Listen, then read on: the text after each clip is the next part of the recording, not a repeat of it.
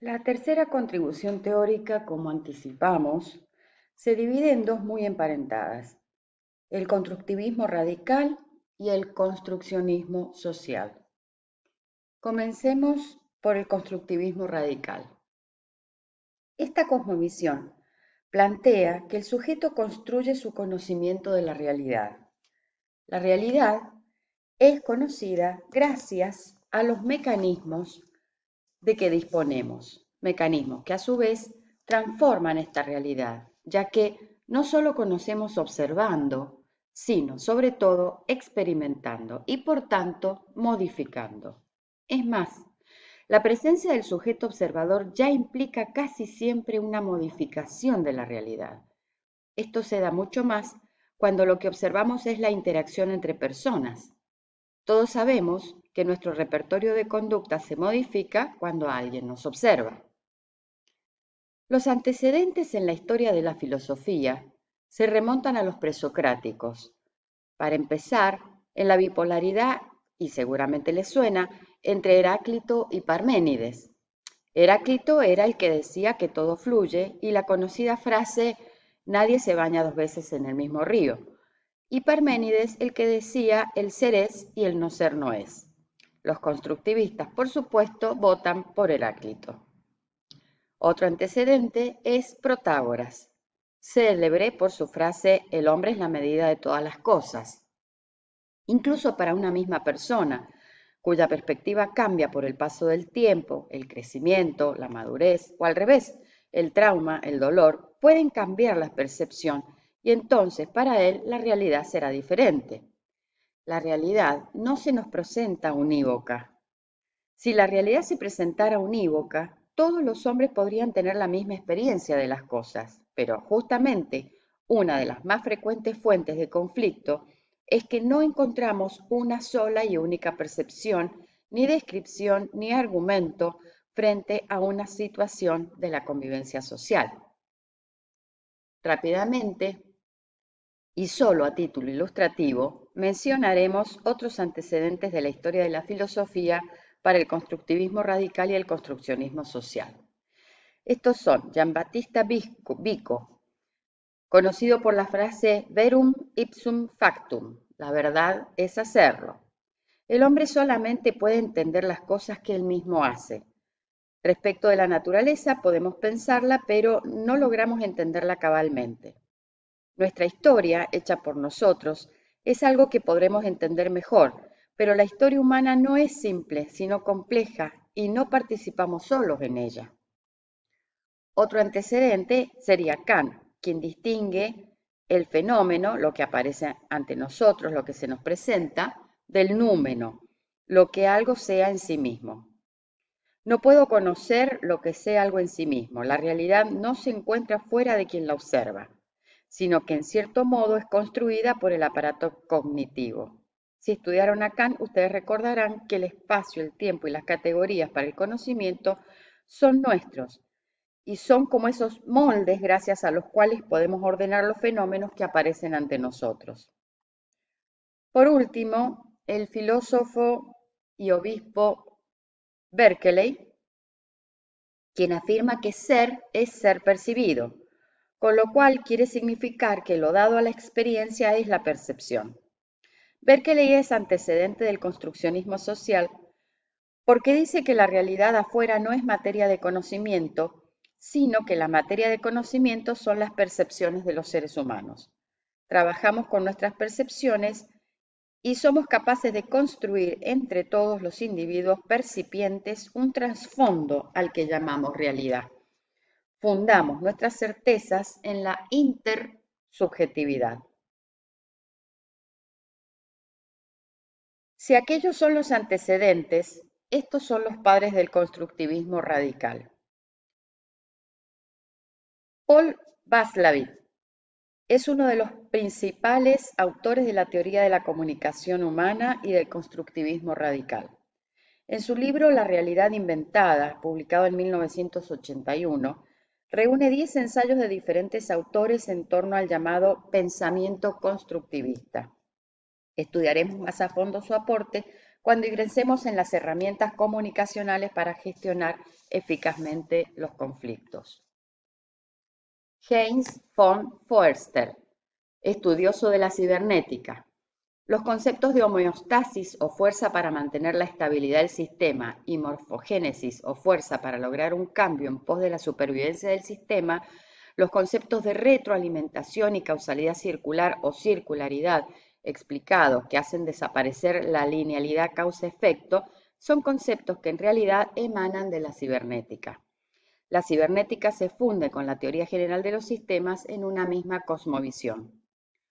Von Foerster propone la cibernética de segundo orden, según la cual el observador es parte de lo que observa, como dijimos antes, por lo que toda descripción acerca de observaciones necesariamente implica a quien describe y sus procesos mentales. Esto lo veremos con ejemplos concretos más adelante cuando analicemos cómo, a partir de una situación de la realidad, cada testigo, aun con total voluntad de objetividad, observará y describirá con matices distintos la misma situación. Es más, significará de distinta manera los gestos y los dichos, propios y ajenos. La visión elaborada por von Foerster del constructivismo plantea que el sistema nervioso no puede distinguir en lo absoluto entre la percepción y la alucinación, ya que ambos son simples patrones de excitación nerviosa. Las implicaciones neurofisiológicas de este enunciado fueron posteriormente desarrolladas en 1971 por los biólogos chilenos Maturana y Varela, quienes percibieron el conocimiento como un componente necesario de los procesos de la autopoiesis, que es la capacidad de los sistemas de producirse a sí mismos, que caracteriza a todo organismo vivo.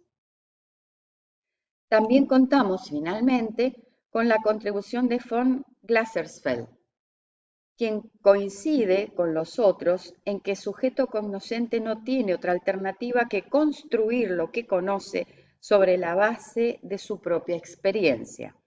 El conocimiento es construido a partir de las experiencias individuales y, por supuesto, subjetivas. Ciertamente hay razones para creer que la experiencia de una persona puede ser similar a la de otra, pero no existe forma de saber si en realidad es la misma. De la mano de von Glasersfeld sintetizaremos los principios básicos del constructivismo radical. El conocimiento es construido activamente por el sujeto cognoscente. El conocimiento es correcto o incorrecto dependiendo de la perspectiva en la que nos situemos. Conocimiento nuevo significa más un nuevo marco explicativo que el descubrimiento de una nueva realidad. El modo como el cerebro procesa la información no es como la captación de una cámara de fotos, sino mediante un proceso de decodificación y recodificación.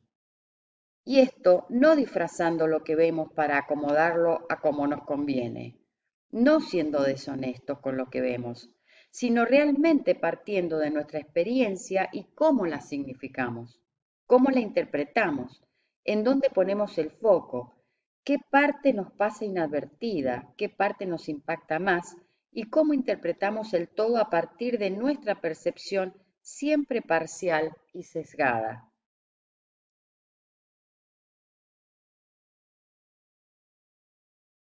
La cognición sirve a la organización del mundo experiencial del sujeto, no al descubrimiento de una realidad ontológica objetiva. El sentido en el mundo de la experiencia no se descubre, sino que se elabora. El conocimiento es una construcción de la experiencia, no una representación directa del mundo real. Conocer es ordenar los datos que el objeto ofrece en el marco teórico del que se dispone, aproximarnos a la verdad, formular explicaciones reemplazables por otras intersubjetivamente más válidas. Creo que la imagen vale más que 1000 palabras.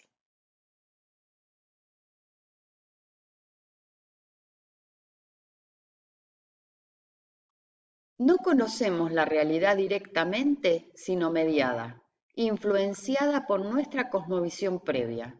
La experiencia previa es condición del conocimiento a construir.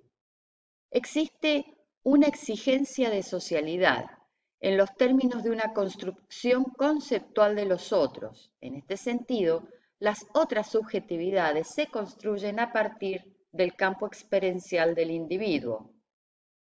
A la verdad, nos aproximamos cada vez más mientras más perspectivas sumemos, pues es múltiple y dependiente del contexto.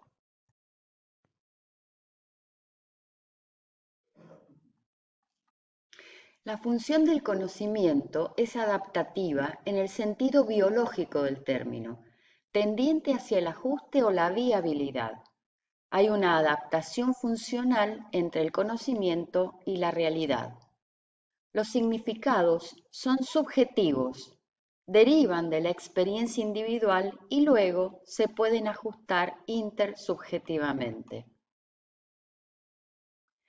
El constructivismo nos acerca una metáfora, que es la del barco que no choca, cuyo significado es que saber para el constructivismo es más calzar o encajar que corresponder, es más funcionar que develar. De la realidad sabemos más lo que no es que lo que es. Imaginemos un barco que debe cruzar un estrecho de mar por la noche. El marinero no tiene mapa ni conoce la configuración del estrecho. No hay un faro, nada que lo ayude.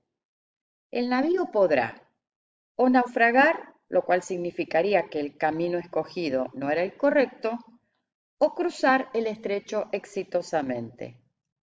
¿Qué significaría cruzar sin chocar?